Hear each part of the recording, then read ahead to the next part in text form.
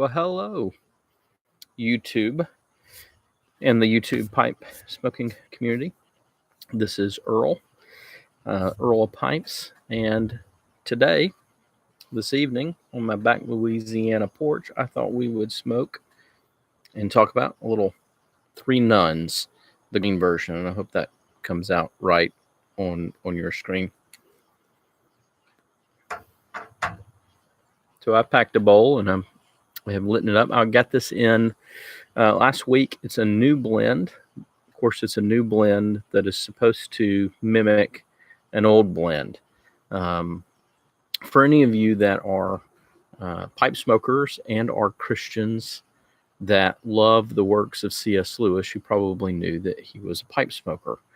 And as you get into this hobby, one of the things that you find out fairly quickly is that he and J.R.R. Tolkien both had some favorite blends. With Tolkien, it was Capstan Blue.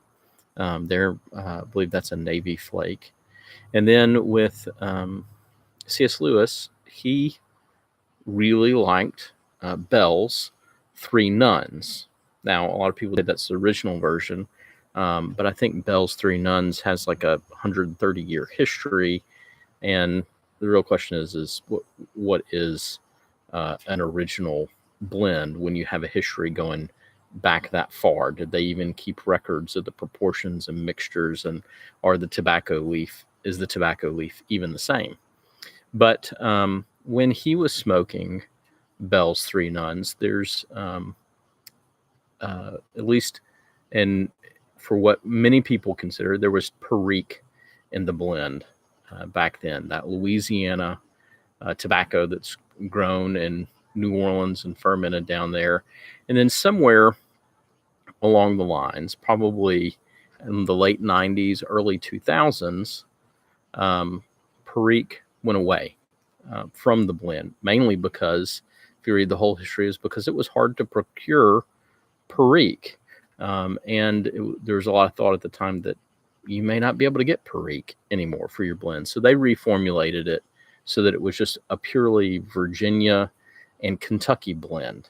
And on top of that, it went away from the U.S. market for many years, but was reintroduced. And when it got reintroduced, everyone said, oh, well, this isn't the same as it was before. And so, the Bell's Three Nun version, that's just the regular that you find out there. They may be calling it red now. That is that newer version, kind of post-90s, early 2000 version that dropped the Perique. Now, at one point, I think we've got recipes out there that said Three Nuns had up to 22% Perique. And so just know that if you're smoking, basically if you're smoking any blend, at least that I've discovered over the past year and a half as I've really dived into pipe smoking, if you're smoking a blend that's, say, over 30 or 40 years old, the chances of it being the original blend that people remember from the 60s and 70s is very minor, because they change manufacturers, they change the recipe each time they change the manufacturers, or just even the equipment, the type of leaf that each manufacturer had was so different that the blends change over time. So this idea that we're going to get back to original recipe, original blend, probably isn't really ever going to happen. But for those of you who had fond memories of Three Nuns, the original with the Perique, I got excited because a few months ago I was listening to a podcast as I was out doing my daily exercise, and I heard Per Jensen on the Pipes Mag podcast talk about how he was going to release, because McBaron, he's the blender for McBaron, and McBaron currently makes Three Nuns, but that they had reformulated and that they were going to release a version of Three Nuns with Perique in it. And that's the green version. That's the version that we have right here. Right. So I got this, ordered this off Smoking Pipes a week ago. Got in my place in 3 days. I love smoking pipes for that reason. They get what you order to you. It gets out almost immediately the same day. The shipping is pretty affordable, cheap. It makes sense.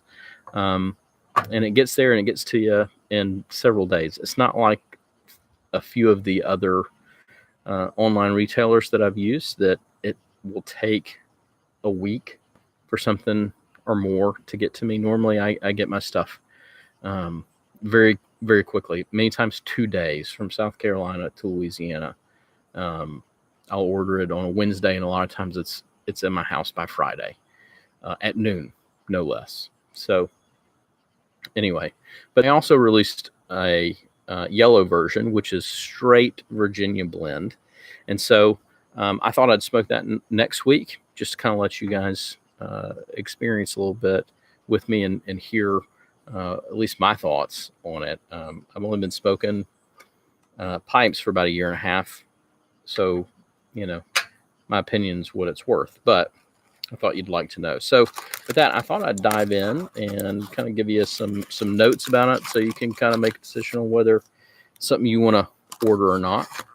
Okay, so one of the things I'm going to see if I can show you the actual cut is, so I was thinking just for the description, and I haven't smoked the original Three Bells just because I tend not to like dark fired Kentucky. It tends just not to be my thing.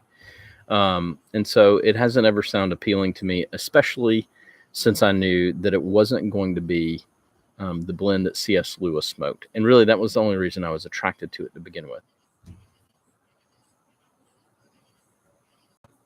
That's not at all, sorry, it kind of dropped out there, but that's not at all what you get with the, with here. You can see curly cut, but it's like it's kind of been rubbed out. And so you've got strands. They're not ribbon-y, but you get some where you can see kind of that it was a curly cut, but it's not anymore.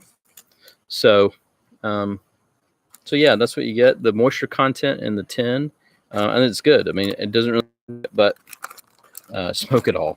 But I tend not to smoke that much, so it can take me a while to go through. It's a really interesting smell that I get right off the bat. And I love, there are two things that tin notes change over time. When you open something up a couple of days later, it smells a little different.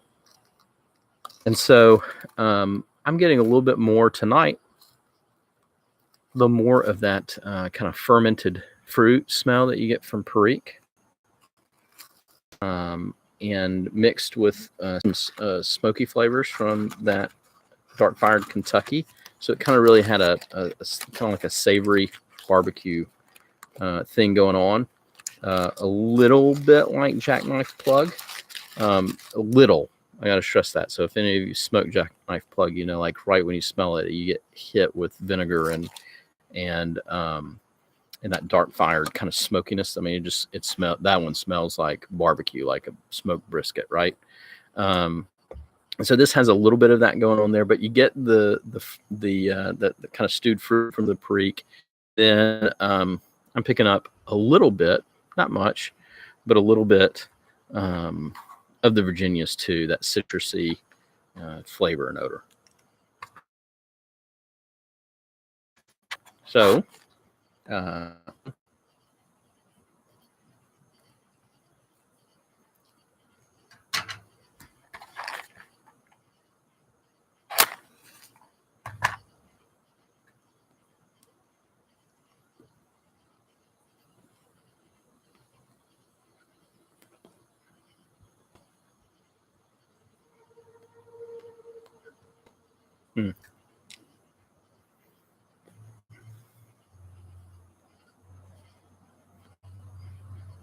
now it starts off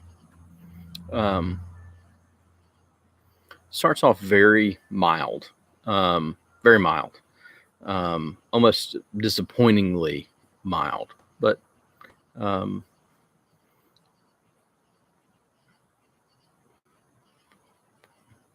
as the bowl progresses, and it doesn't take long, like maybe in the first eighth of a bowl, you kind of get lit, you do your charring light, and then you get your true light, and just after your true light, you begin to pick up some flavor that's more than just a straight Virginia.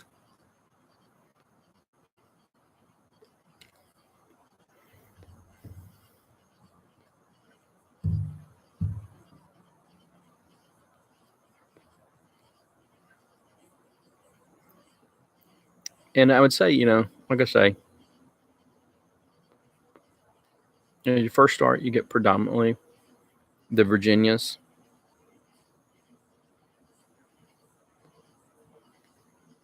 And a small amount of dark fired Kentucky. The other thing that I'm getting a little bit tonight that maybe I haven't really picked up in my other two bowls is only the third bowl that I've smoked. So, my opinion's probably not real fully formed. Haven't picked up a lot of flavors, but I'm getting a little bit of that, of the flavor I get from Peterson's Perfect Plug 3-piece. A little bit of that floral note, and I would imagine that's the dark fired Kentuckys. And so that's what you begin to see in that first quarter of the bowl. The dark fired Kentuckys begin to appear.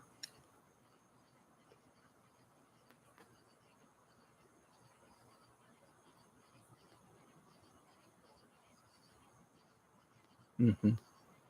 And that's what I got right now. So primarily I got the Virginias and the dark fired Kentucky, and I gotta say I like it. I didn't think that I would, because I tend not to. A lot of other kind of Virginia, Perique, and dark fired Kentucky blends I have not liked. And the biggest one being Sixpence. Now I know that's got a topping on it too from GLPs. So it may have been the topping I didn't like, but I didn't care for the blend, and a few other blends that I've had. Peterson's Perfect Plug. It's fun to prepare because it's a plug tobacco, but after that, and you kind of start smoking it, I'm not surprised that I actually do like the dark fired Kentucky in this blend. I find it works well, and maybe it's because the Perique is added to it. Now, that Perique always plays a minor role in this blend, at least always, all three bowls.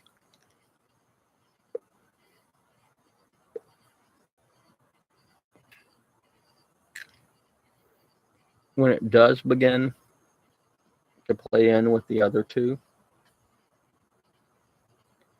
it's really a great combination. I really like this blend. Like, I think that I will probably order some more. Now, the only issue with ordering more is that it costs $14 a tin. Whereas most of the pipe tobacco I'm ordering, I'm getting 2 ounces, not 1.75, and I'm getting it at $10 to $11. And so being 14, I know that's not a huge difference or a huge expense. But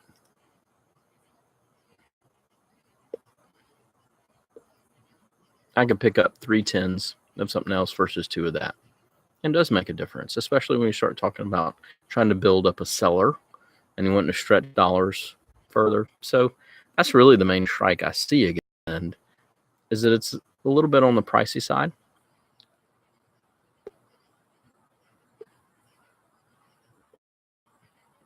And maybe they're taking advantage of that fact that it's a beloved blend. People have wanted Perique in this blend for a long time. And so maybe they're taking advantage of that.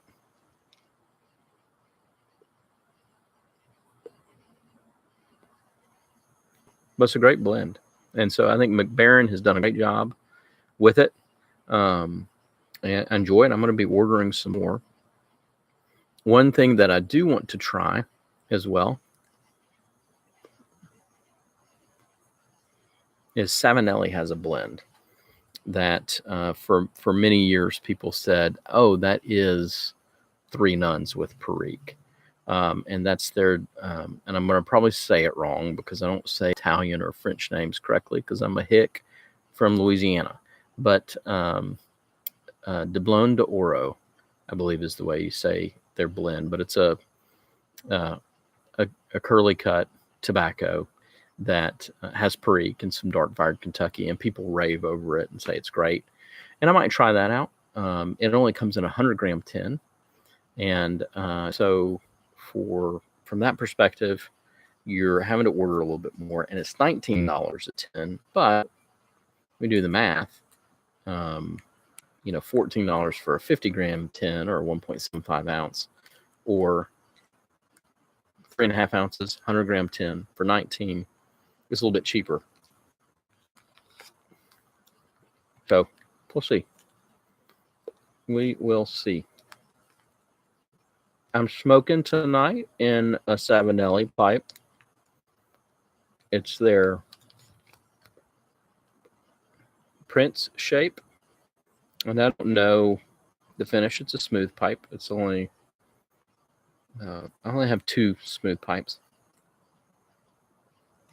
I'm not willing to pay the premium for a smooth pipe. And I like the way rusticated looks a lot too.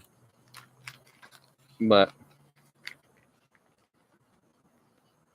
it's our Prince shape. I think it's normally a 315 shape. But I think this is technically a 313 based on the finish. I looked at it and a couple of the 315s and their dimensions and diameters. I couldn't tell a difference, honestly. So I don't know what the difference is on that between this and a 315. But I like the shape. It works. I don't like many straight pipes, and so it's got just enough bend here that I like it.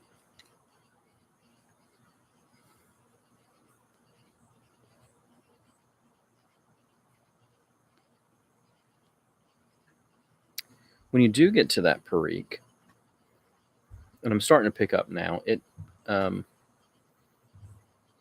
deepens the flavor.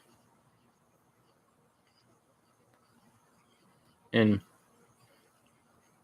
you start to get those kind of hints of chocolate.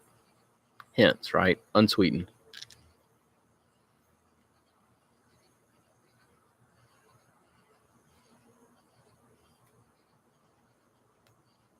But it's just good. Good tobacco.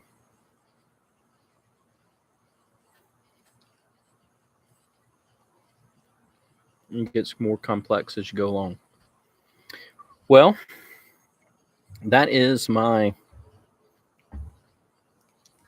time. That's my review of McBaren's, Bell's 3 Nuns, manufactured by McBaren. If I had to summarize it, good blend, starts off simple, gets more complex, a lot of flavor, very good. But it is one that you want to sip. You don't want to smoke it too heavy, too hot. My pace tends to be a little bit too fast. And so, yeah, that's it. That's my review of 3 Nuns. Pick you up some. 3 Nuns Green. It's great. See you later.